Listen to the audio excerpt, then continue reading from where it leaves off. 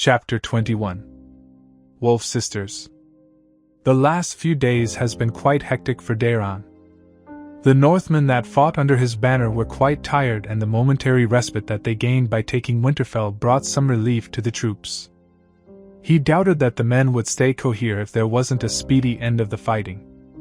The forced marches that he had pressed upon the men had robbed them of their energy. If it wasn't for the presence of sturdy free folk, a steady supply of food, and the presence of a dragon, he would have lost a lot of men in taking Winterfell. This was why he was happy to give the men the break they needed before the next campaign begins. Some were suffering from injuries and sickness. Thankfully, the number of sick was quite low, as he insisted on using boiled water for drinking and cleaning wounds. On the forced marches, it was hard to keep boiled water as the primary source of water because of delays in collecting firewood and the time it would take to boil the water. Nonetheless, the men had managed as best as they could, and now that the men were settled inside the walls of Winterfell, his reforms could be implemented without fear of any tactical delays. But winter was settling in, and his task of keeping his men healthy and strong for the wars to come was further complicated by the sorry state of Winterfell. More than half the population has been gutted by the invasion of Ironborn and Bolton's attack. At the very least, the Boltons had made an effort to rebuild Winterfell after the bastards took it in the wake of the Red Wedding. He knew that no amount of effort was going to restore the castle in its entirety before the Great War. The only good news is that the walls surrounding the castle remained as good as always, which was not much in his opinion. The castle walls were littered with broken towers, slippery slopes, and broken stones. But some of those problems could be dealt with in time. The next bit of problem was the grain stock in the castle. The entire stock in Winterfell was depleted, and the Boltons had survived to this day by shipments from nearby villages and castles. Most of those supplies were exhausted, and right now Winterfell depended on the supplies he brought with his army. Fresh shipments will have to arrive from White Harbor, but until then he established strict rationing. He didn't want people to die of starvation under his watch, but with the roads being blocked by snow, it is going to take a while before fresh supplies reach the castle. This lack of proper grain stocks is the reason why he refused to hold a victory feast. The Northern Lords were understandably disgruntled, but they settled down once he made it known that he will hold a feast as soon as Sansa returned. This event would also coincide with the sentencing of Ramsay Snow. The bastard of Roose Bolton was for the moment enjoying the dungeons of Winterfell. It was also hoped that fresh shipments would arrive with Sansa from White Harbor. The Manderleys, Glovers, and Serwins were all demanding Ramsay's head. For the time being, he managed to stall them, as he had given his word to Sansa to let her watch her tormentor's demise. He hoped Sansa would reach Winterfell as soon as possible. Postponing the sentencing also had some repercussions. For one, he could not leave the castle and ask for the aid of the mountain clans or the Skagosi. In the end, he decided to send a raven to Carhold asking them to send a representative to Skagos in his name. While he was loath to trust the Karstarks, he believed that it was better to mend bridges. This was an olive branch he was extending, and if Harrion Karstark doesn't use this opportunity to return to the fold, there will be consequences. He would see to it that Alice Karstark inherit Carhold, as he was not too keen on leaving an enemy with a castle and strong army in the north. Now, the mountain clans on the other hand required a personal touch. He was hoping to make contact with them personally, as their help will be invaluable in securing peace in the north. Not to mention their cooperation would be of paramount importance in facing the enemy that was sure to come from beyond the wall. He would have also liked to send a force of men to take Dreadfort, but that was also put on hold for the time being. He was hoping the garrison would surrender, but he was not holding out much hope. He didn't have much time to think these things through, as he was distracted by events far closer to his person. Most of Daeron's time was thus spent on holding trials, handing out punishments, and issuing some pardons for the previous members of the Bolton army. He didn't bother with a trial for the ragtag group of friends and commanders of Ramsay Snow and Roose Bolton. He straight up decapitated them or hung them as per their choice, of course. He was more than happy to conscript the rest of the regular soldiers and some pardon houses like Lake, Malin, moss and wells into his new army. They were happy to have their lives spared and fed with proper food, seeing as most of them had little choice. The silent threat of a fully grown dragon may also have helped in smoothing over any dissent among the ranks of the Bolton army, although he was finding it increasingly expensive to feed Regal. A horn from the south gate pulled him out of his musings. He walked out of his room to a nearby balcony overlooking the southern gate of the castle. He squinted his eyes and he could make out some people in the distance. "Your Grace. The banners of House Tallheart and Stout has been spotted on the King's Road," a guard shouted from below. "I see. Open the gates." He nodded absently and the guard went back to the south gate. House Tallheart was ordered to hold Castle Serwyn before the Battle of Winterfell. But now that Winterfell returned to the Starks, their arrival was expected. But Daeron had almost forgotten about House Stout. With most of his time spent on reconstruction, holding trials and other day-to-day matters, he had little to no time on his hands nowadays.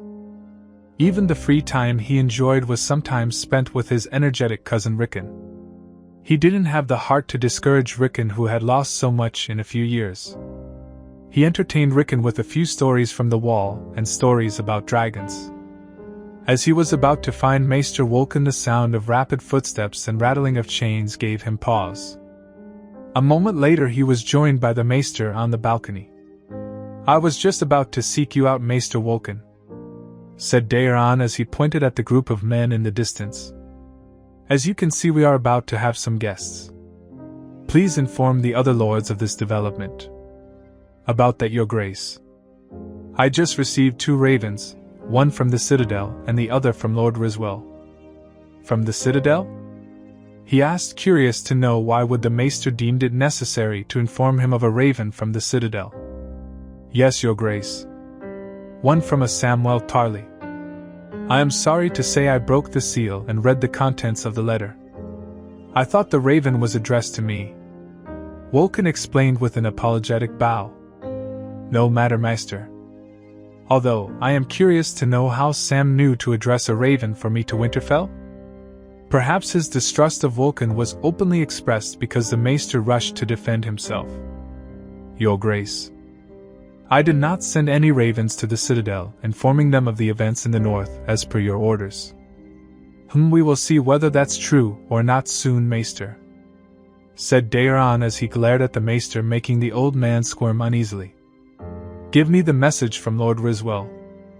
I am curious to know his response to my demands." Half an hour later Daeron was sitting at the center of the high table between Rickon and Maester Wolkan in the great hall of Winterfell. Before him sat the lords of the north and the free folk that swore allegiance to him. While sitting here at the high table, he couldn't help but remember a different time when he was sitting far away on the corner of this hall, quietly having his dinner with the servants. Caitlin Tully had never let an opportunity pass to instill his place, which was below the place of her children. It was a petty way to treat a child in his opinion, and he felt a twinge of an age-old pain at his exclusion from being a part of the family. It was truly confusing to have a set of memories and emotions that are almost alien to him popping up on rare occasions. While largely he managed to adapt to some memories within the body of Jon Snow, he still finds it odd that he would be caught off guard by a random emotion or memory that would pop up.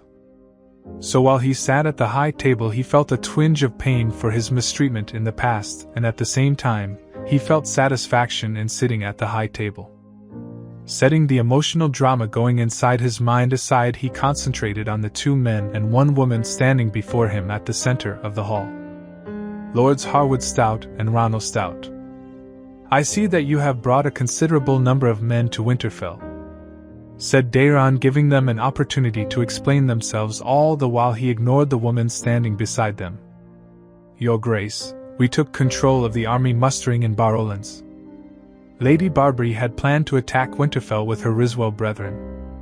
She forgot that there are good people in Barrowlands who remember their oaths to House Stark, and House Stout decided to pull down the traitors who betrayed the North at the Twins," declared Harwood Stout boldly before the assembled lords. The northern lords erupted with demands of taking the head of Barbary Dustin. "My lords," He shouted over the voices clamoring for punishment and retribution to bring back order into the hall. After managing to bring the hall to some form of decorum, he turned his gaze on the father-son duo of House Stout. I ask on behalf of my cousin Rickon of House Stark, Lord of Winterfell and Warden of the North. Will you bend the knee and swear fealty to the Starks of Winterfell? Will you uphold the laws set by your king and protect the king's peace in your lands? Lord Harwood Stout and Ronald Stout knelt before Daeron. As the old gods of the forest, as witness House Stout swears our allegiance to House Stark. In war and peace, we shall stand with the Starks of Winterfell, and do so swear to uphold the peace of King Daeron Targaryen. Then rise, my lord. Stand and take your place among our brothers and sisters of the North, said Daeron, indicating to their seats beside the other lords of the North. While he knew the Stouts were not as loyal as they pretend to be to his cause, he would overlook that little detail. While they didn't fight for him in the field, it should be noted that they didn't stand against him either. Besides, there are ways to cultivate loyalty, and with a long campaign in the south before him, he could bring the Stouts into the fold. Your Grace, with House Riswell turned traitor and House Dustin extinct, who will take the lordship of Barolans? It was Lord Serwyn who raised the issue. He would have kissed the guy for smoothly bringing that matter up before the assembled lords. He was sure the Stouts would have accosted him privately to set themselves up as the Lord of Barrow Hall. He could deny them the lordship, but needlessly creating enemies at this juncture would be foolish. With the matter of Barrow Hall's lordship in the open, he could leverage some concessions from the Stouts far more easily and smoothly in exchange for his support. Keeping this in mind, he decided to be as vague as possible, but at the same time presenting himself as open to discussing this matter in great detail in the future. The lordship of Barolans is in the purview of the Lord of Winterfell. Seeing as my cousin is yet to reach his majority, I shall discuss the matter with Lady Sansa and the lords of the North. It would be better for all of us to discuss and reach a consensus in this matter. He took note that the Stouts were not so happy about what he said. Maybe they must have hoped to make the demand for Barolans after this meeting. But fear not, my lords. We will certainly have this discussion at a later date, said Daeron, nodding at Lord Clay Serwyn, who sat down satisfied by the answer. Now we can focus our attention on Lady Barbary, he commented, directing the attention of the lords to the former Lady of Barrowton. What shall we do with you, Lady Dustin? She must face justice for betraying the Starks and the North, demanded Clay Serwyn. Aye. Off with her head. Justice for the North. Many among the northern lords joined in clamoring for Barbary Dustin's death. Many of us lost our loved ones at the Twins because of her and her traitorous father. The Boltons would not have dared to commit treason without supporters in the North, and this bitch gave them that support. I say off with her head and the rest of the Riswell brood, said Lord Glover, earning several approving thumping on the tables in the hall. While Daeron was all for taking revenge and cleaning up the traitors, he was a little squeamish on taking his ire out on women, especially in a backward place like Westeros. Women hardly had any freedom here, and a lot of them were treated as broodmares. Barbary Dustin had little choice to marry into House Dustin, and she had little choice in her husband's decision to go to war from which he never returned. A woman without a child to carry the legacy of her husband had little value in the present society. He could see why Ned Stark allowed the woman to hold on to power. He didn't agree with Ned Stark's decision, but he could understand the reasoning behind his late uncle's decision. Taking all of this into account, he can't in good conscience sentence the woman to her death. At the same time, he could not allow her to be set free and shield her from any punishment. A lot of people died as a result of her support for the Boltons. Many of the relatives and daughters of the northern lords fell at the Twins, not to mention the thousands of soldiers that were lost that day. The blame of that event will fall upon all those who stood with the Lannisters, Boltons and Freys. There is no doubt that you colluded with the Boltons to oust the Starks from Winterfell, Lady Dustin. There is no doubt about the guilt of House Riswell in this matter as well. When I started my campaign to oust the Boltons, I already knew who my enemies were. So keep in mind that you will not be changing my mind about your or your family's guilt. Nonetheless, I give you this opportunity to speak before the lords of the North. Use this time wisely." He offered and leaned back in his seat as the hall descended into silence. All eyes were now trained on the former Lady of Barrowton. Once the Lady of Barrowton sported haughty and sneering face to those whom she considered her lesser or her enemies. But now the woman was sporting a defeated and haunted look. Daeron assumed Lady Dustin never expected that war could destroy her own family. Did she think that only her enemies will feel the violence of war? Did she make herself believe that death would not come for her or her extended family in the Rills? Was she too arrogant to assume that all her plans would pan out without any resistance? If she did, then he was sure she was regretting that now. Death came to the highest of kings and beggars all the same. In war, death would be a constant companion. Looking at Lady Dustin, he was reminded of this simple fact. Having a dragon on his side or the powers of warging was not going to protect him from death. He realized that there was more work to be done, and he was adamant to not be in a position similar to Barbary Dustin. "I ask that you show mercy to my king, your grace," said Barbary Dustin, sinking into her knees. Well, this is a surprise. Quite a huge one in fact, and Daeron took some time to properly construct a response. "From my brief conversation with my cousin Sansa, I expected you to be more asserting, Lady Dustin. I expected a few insults at the very least," said Daeron, staring coolly into the eyes of Barbary Dustin. He shifted his attention to Harwood Stout, who took to his feet. "Lady Dustin has been threatening us throughout the journey with her father's army, your grace. But all that bite and arrogance went away when she saw your dragon. No army could withstand a dragon, and your ancestors have proven that in the past." "I see. Thank you for that compliment, Lord Stout, but you are not going to get Barrowton without some concessions." "Thank you for the insight, Lord Stout. Although, I would remind Lady Dustin that the loyal men of the North is all I need to put an end to the Riswell armies," said Daeron, and received a roar of approval from the northern lords. As the lords settled down in their seats, he once again trained his attention on the woman standing on her knees. It seems Lord Riswell is well aware of that small fact. He seems to have realized that defying Winterfell will have dire consequences.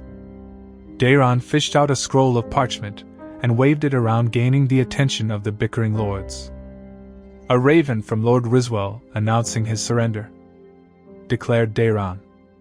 He took note that not all the lords were happy with the quick surrender. He could understand their disgruntlement, but this was good news.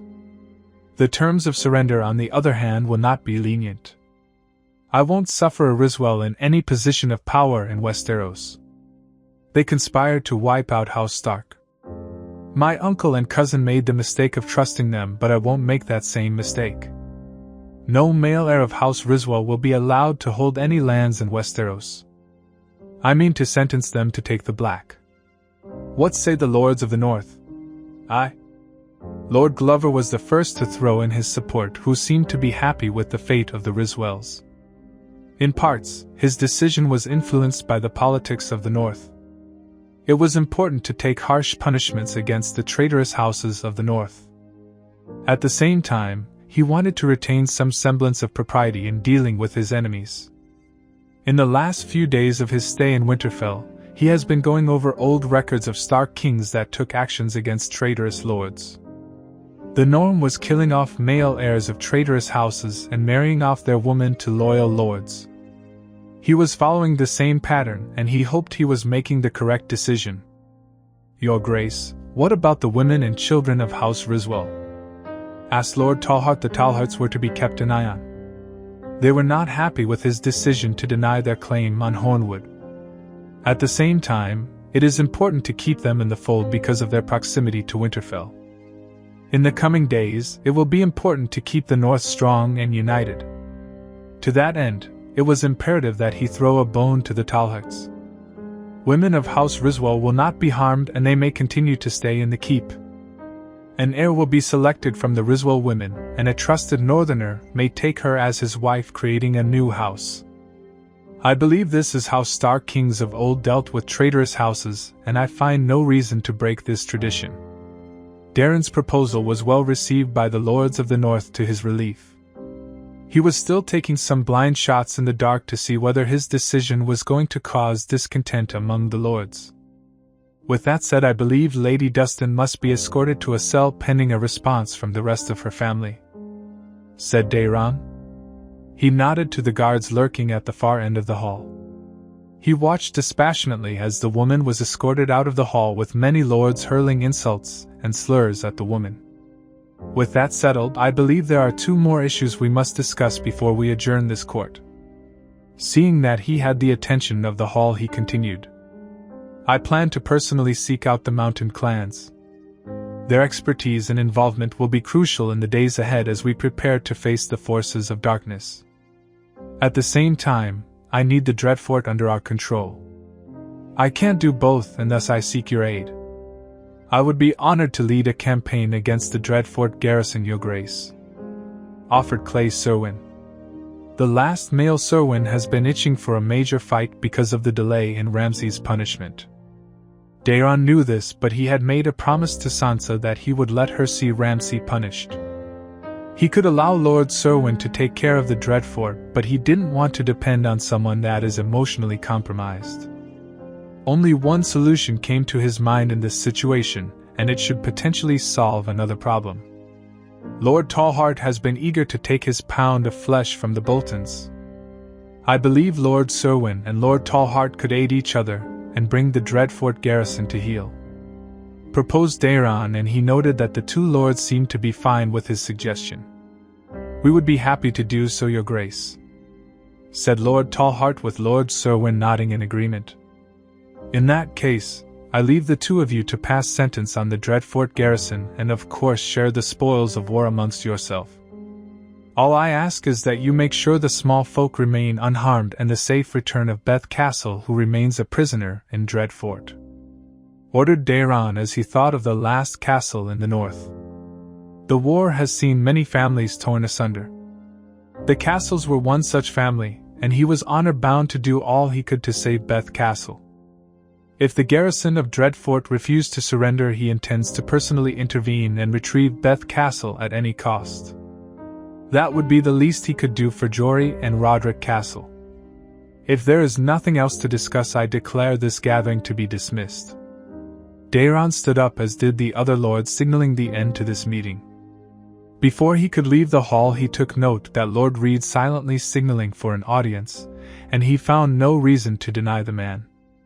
A few minutes later, Daeron, along with Howland Reed, was standing near the training ground where Rickon was practicing archery. As per his orders, his cousin was having his martial training under Captain Vaymar Poole, the cousin of late Vayan Poole. Apparently, Vaymar Poole managed to escape the Red Wedding and met up with Lord Reed in Greywater Watch. As the last remaining Poole, and for a lack of someone familiar with Winterfell, Daeron had assigned the man in charge of Winterfell's garrison. He took in the sight of other children training in the yard under the guidance of grown men. He decided that it would be better to train the children of small folk regardless of gender to hold their own in a fight. Mostly he was keen on training them with a knife or archery. It was hardly a popular move, but he did give the exception for those who were interested in a useful trade. There was hardly any need for farmers as the snow had set in on the land. The smiths, carpenters, masons, tanners and other traders were given the exemption. One of the perks of being a dragon rider is that no one had the guts to openly oppose his orders. Nonetheless, a part of him hated himself for training children for war. But he had no choice, as the enemy lurking in the shadows required every living being to take up arms. Besides, he felt that it would be counterproductive if he did not provide the tools for people to defend themselves when the true war for their survival would start. You are doing the right thing, Your Grace. We will need as many good hands to face what is coming from beyond the wall, said Howland Reed. I know.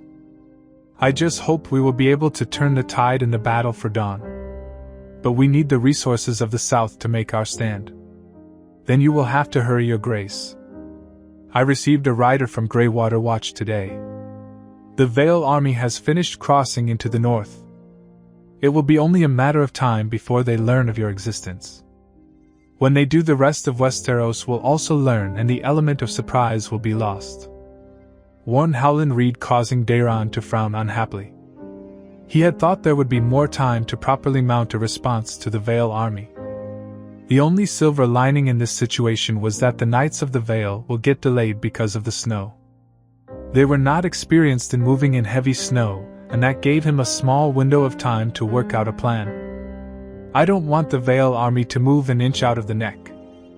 I was hoping to use them to strike at the Freys and take the crossing.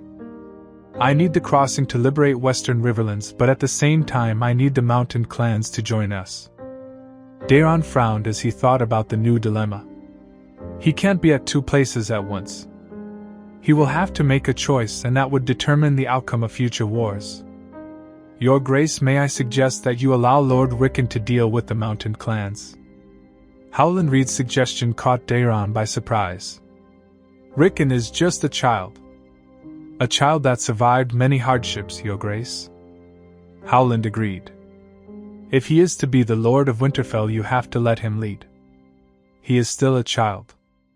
He shouldn't be dealing with all this." Daeron shook his head even as an internal war of opinions raged in his mind. He wanted Rickon to stay safe, and in Winterfell he was sure Rickon would be relatively safe. Sending his young cousin on a dangerous journey to the mountains of the far north is not exactly a definition of safety. The land surrounding Winterfell is ripe with bandits and traitors.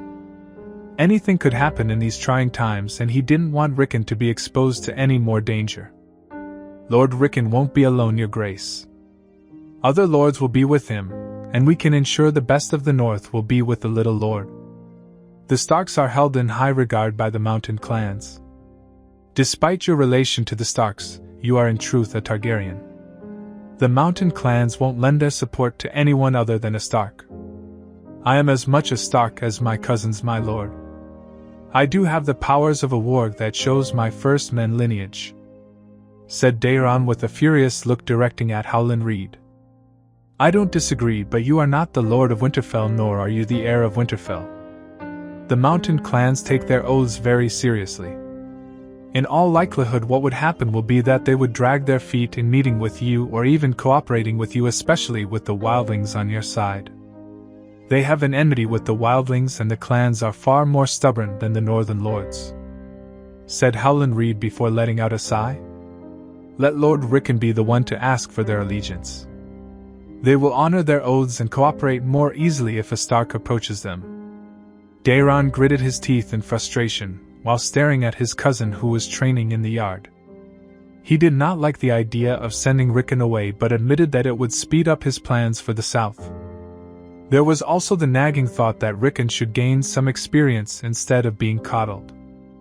Rickon was bound to be the Lord of Winterfell, and there would come a time when he would not be able to look out for his cousin. Was this how his parents felt when he decided to move out of the house and live on his own? "I shall think about this matter, Lord Reed," he found himself say in the end. Howland Reed bowed and took his leave while Daeron watched his young cousin struggle to fire an arrow. With the Citadel aware of his existence, he thought it likely that the South will be preparing for his arrival. He could not hope that the Citadel would remain neutral. He would plan under the assumption that the Citadel is hostile to his interests. That way he will be less likely to be surprised and keep a keen eye on the events in the south. To that effect, he decided to seek out the Godswood of Winterfell. Out of all the places in Winterfell, this was the only place the Boltons didn't disturb. He found the heart tree in quick order and knelt before the tree facing the carved face. As soon as he touched the bark of the tree, he was pulled into the far-reaching network of the weirwood trees of Westeros. For a time he struggled to control the stream of sounds and visions that assaulted his mind, but he managed to focus his attention.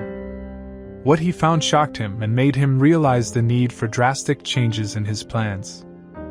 The feeling of dread and joy in a mix ought to confuse anyone.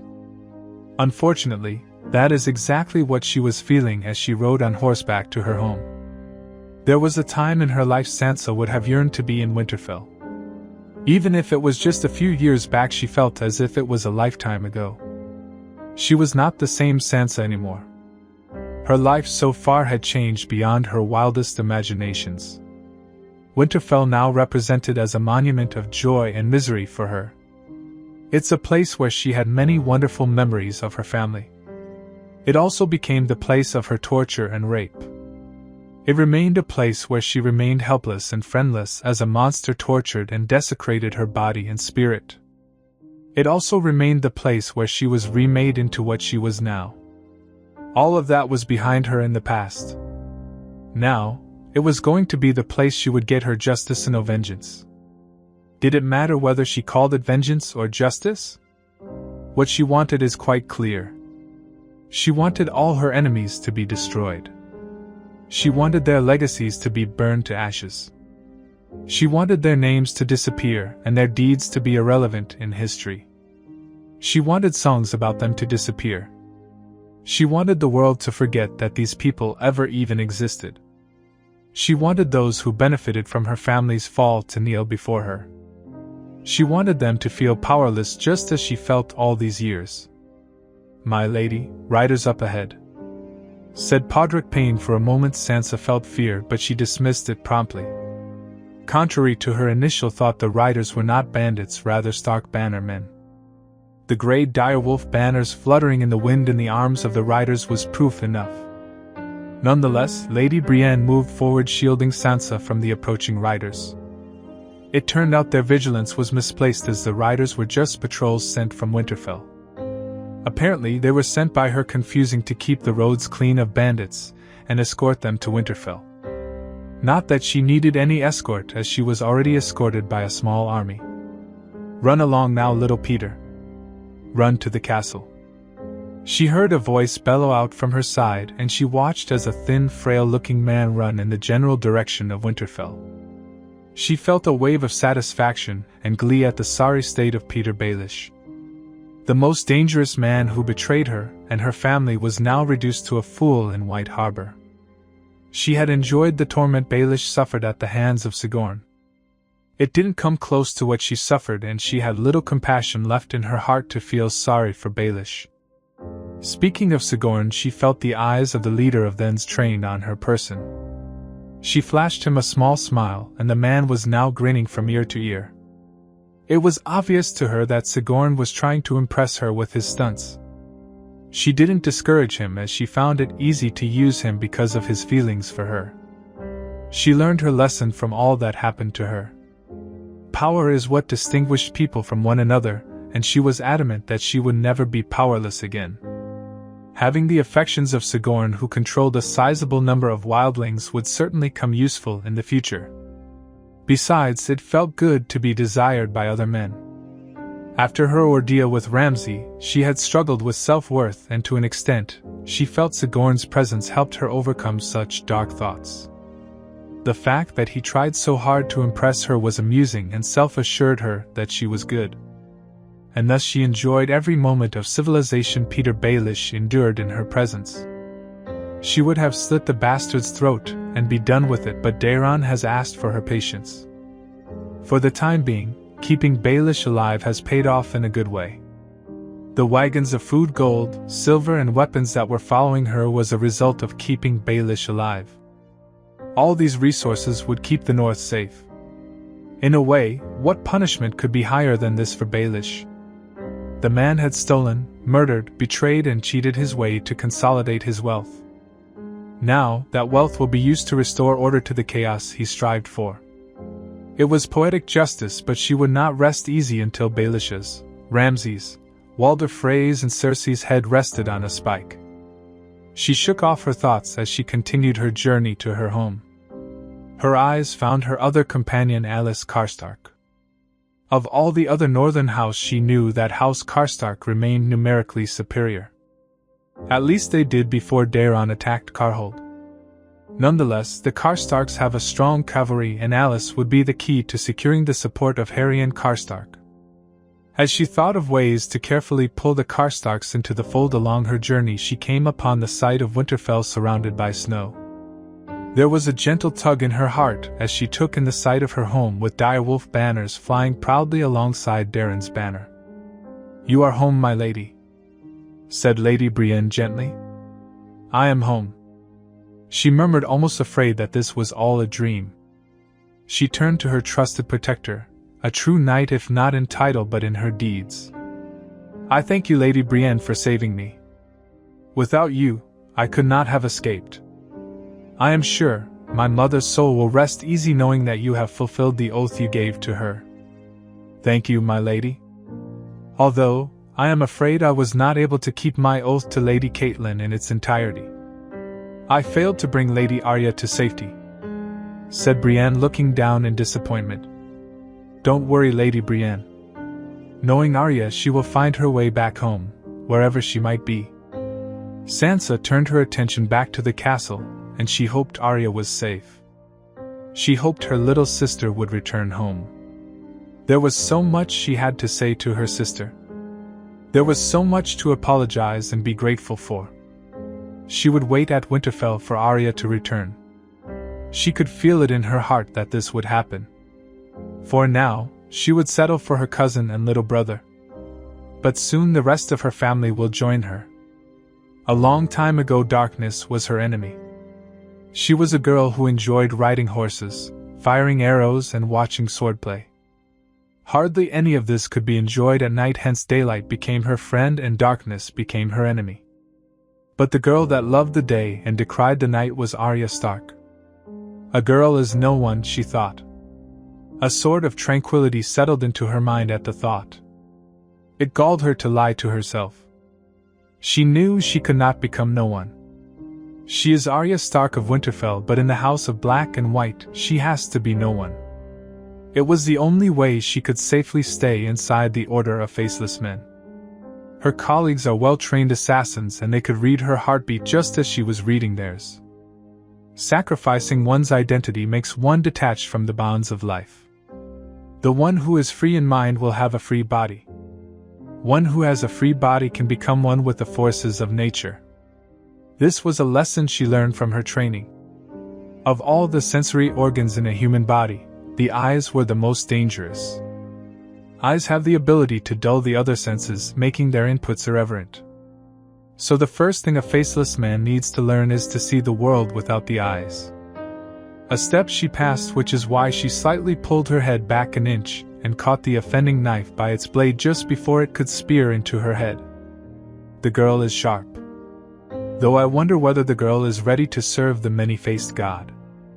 The sound came from the direction the knife was thrown, but the slight rustle in the wind and her keen sense of hearing told her another story. Arya stepped back from her position into a shadow of a pillar and threw the knife forward with a slight tilt to the blade. She could hear the knife spin and trace the curve, landing behind a pillar a few paces from her position.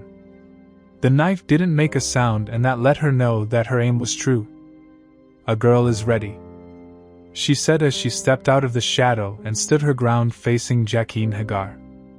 Are you? The man with the face of Jaqen H'ghar asked skeptically. Arya merely kept her silence and held a neutral stare. She learned early on that showing any reaction was a weakness. And weakness in the House of Black and White means death. On the Pale Harbor, a body floated by several weeks ago. The body was hardly recognizable, but it is unmistakably the body of a Westerosi. Jaqen H'ghar was now looking at her with a piercing stare. Any thoughts? Vala Morghulis, said Arya neutrally. There was hardly any need for any other explanation. All men must die, and she would make sure all Lannisters, Freys, and anyone that support them shall die. Vala Dohaeris, said Jaqen H'ghar with a small nod before he indicted Arya to follow him. She followed Jaqen H'ghar quietly by his side. The old Arya might have felt fear, but not the new Arya. Through the trials she went through and months of labor, she turned fear into her ally. The days where fear ruled her fate was now over. She wielded fear as one of her tools, and if one thing she appreciated learned from the faceless men was the ability to accept death.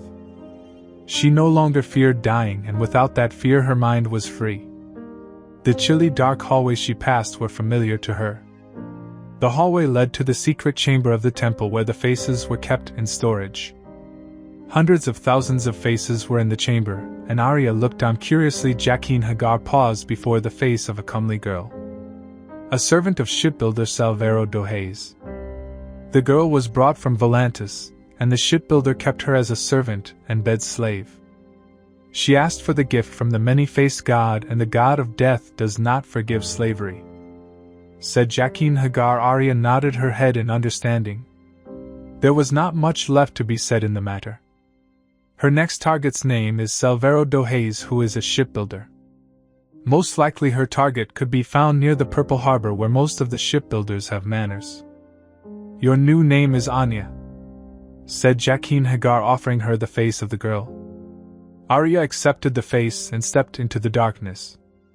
It took her a while, but she found her target's mansion. As she was wearing the face of Anya, she was easily able to step into the mansion. There were a few guards, but they gave her no mind. However, it was difficult for her to navigate the mansion and behave properly.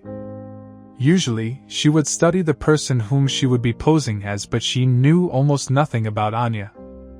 With her doubts on how to proceed with the mission, she decided to map out the mansion. On her wanderings, she found a few servants and followed them all the way to the kitchen. Oh, there you are, Anya! Where were you, silly girl? An old gray-haired lady scolded her. Before Arya could respond, another voice piped in. Never mind that. Master Salvero has a guest in his study. Bring them refreshments. A tray full of cakes, apples, grapes and wine was handed over, which Arya accepted without any complaint. This just made her job much easier. She had no idea where the study was, so she went out with the tray in search of it. On the way, she was tempted to poison the wine, but it would also kill the guest. So she decided to observe her target, and if a moment arises she could get away with it, she would slip a slow-acting poison into her target's cup. There were many rooms in the mansion, but she finally managed to find the study. The guard standing outside the study held out the door for her to enter, and she let herself in. On the far end of the room, behind a large wooden desk, sat her target. The guest, on the other hand, looked somewhat familiar. She placed the tray on the table and began serving the dishes to her target and the guest. She took a closer look at the guest and noticed a distinctive northern look. The man was bulky, had a beard, and he also had his hair in a distinctive northern style. So what can I do for your house, Sir Winfred Manderley? Asked Salvero. Though Arya was surprised to hear the name of a northern house, she continued to serve the refreshments, as if she was deaf to the conversation. I am here on behalf of House Manderley and House Stark.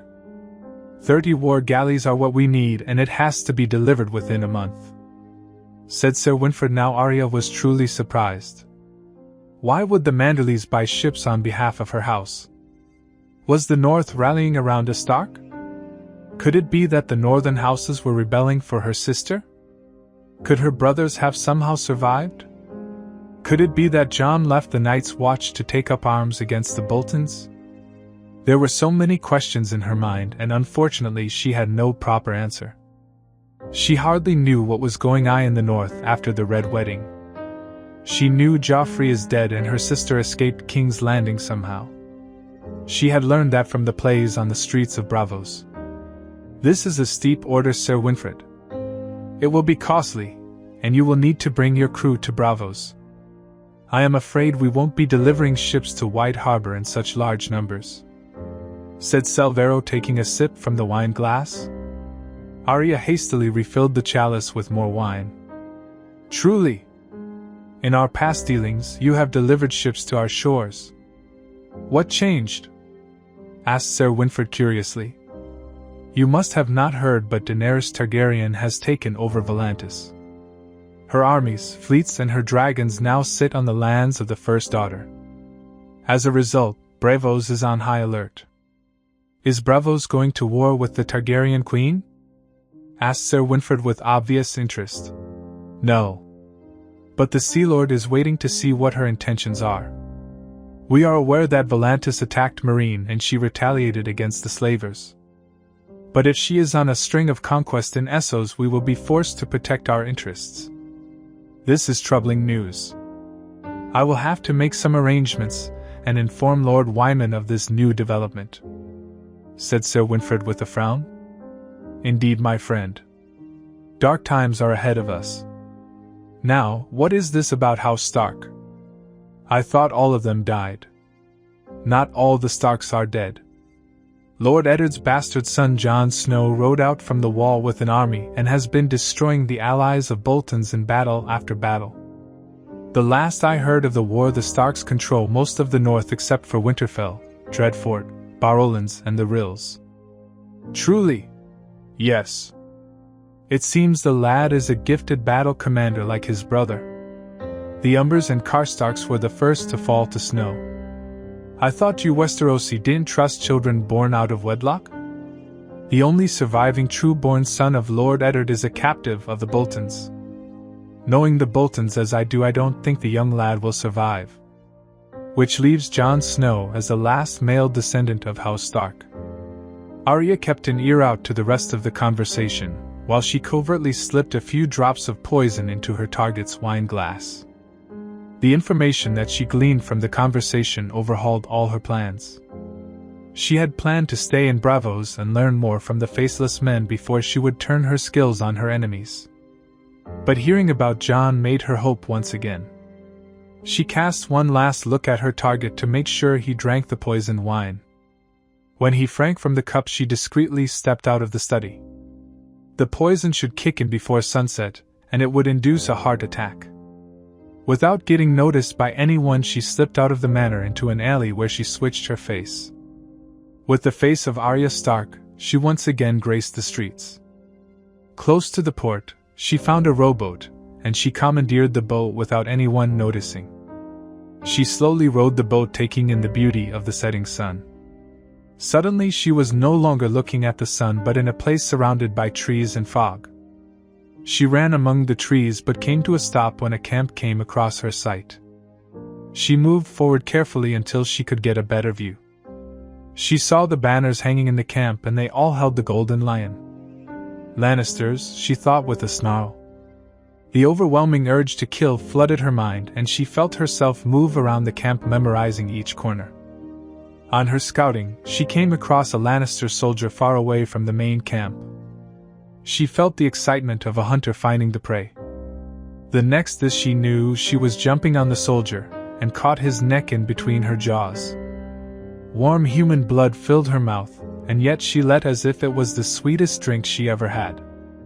She felt the need for more, and she began to tear flesh and blood from her prey. All of a sudden Arya found herself back in the boat with the sun shining down on her body. She laid down on the boat, and started at the blue skies deep in thought. She knew in her heart she was seeing through Nymeria's eyes. This was not the first time it happened, and not did she think this would be the last time. She had even seen through the eyes of rats during her training. She knew what that meant. Her eyes swelled up with tears thinking about the stories that old Nan would tell her. She rubbed away the tears and sat up in the boat. She looked to the west, and her heart settled as she made her decision. I am Arya Stark of Winterfell. And I am going home.